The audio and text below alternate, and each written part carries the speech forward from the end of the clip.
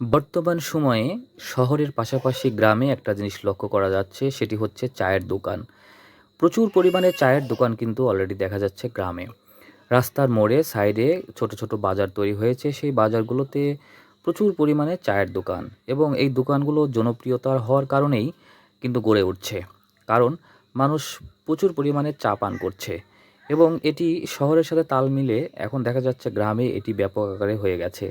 এবং দেখতে পাচ্ছেন যে আমি তেমনই একটি দৃশ্য দেখানোর চেষ্টা করছি। এটি গ্রামের কোনো একটি চায়ের দোকান যেখানে ব্যাপক মানুষ চা পান করছে এবং আ বসে সময় কাটাচ্ছে।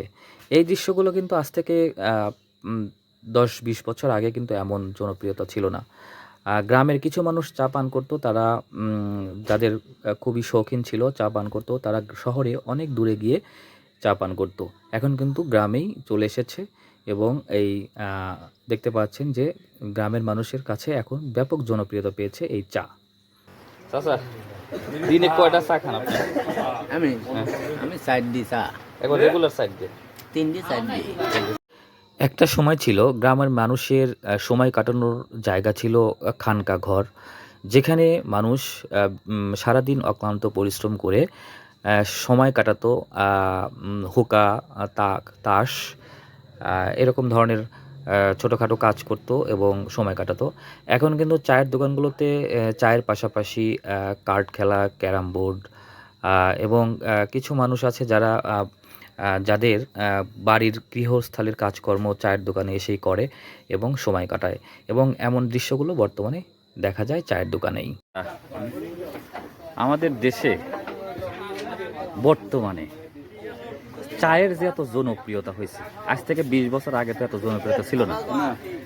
এখন গ্রামের মোড়ে মোড়ে পাড়ায় মহল্লায় চায়ের দোকান। এই জনপ্রিয়তার কারণ কি? এটা হচ্ছে গা অর্থনৈতিক দিক দিয়ে হচ্ছে গা মানুষের যদি কালে আশাহাঙ্কা যদি কালে বেশি থাকে, তাহলে সেই দেশে মনে করো যে অর্থের সাথে সব কিছু মানুষ করে, বুঝতে পারছো? ভোর যদি আমার গরম থাকে তাহলে আমি মনে খাওয়া শুরু করবো এটাই।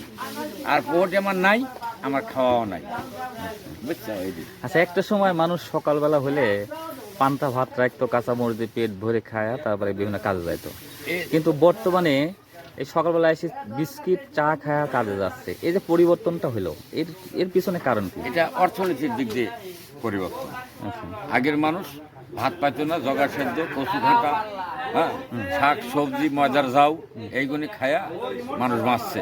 ওই সময় 4 দিন কাম হরি 1 মণ ধান কিনা লাইছে।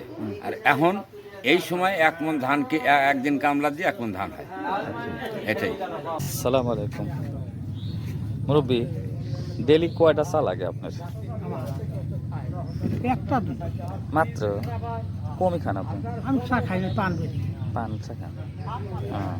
বেশি চা খাওয়ার লোক কিটা? বেশি খায় না যে 10 বেটার দিনে কয়টা খায়? মেলা চা খায়। আচ্ছা, আসে না? মেলা চা খায়।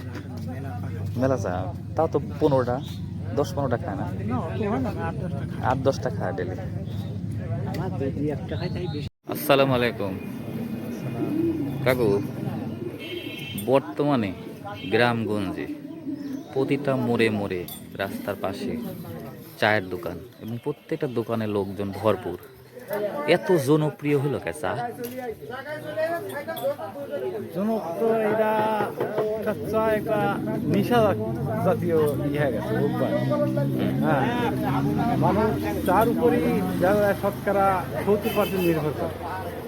হ্যাঁ, বিষয়টা হলো চা আসলে যে ক্ষতিকর এবং উপকারও আছে। হ্যাঁ।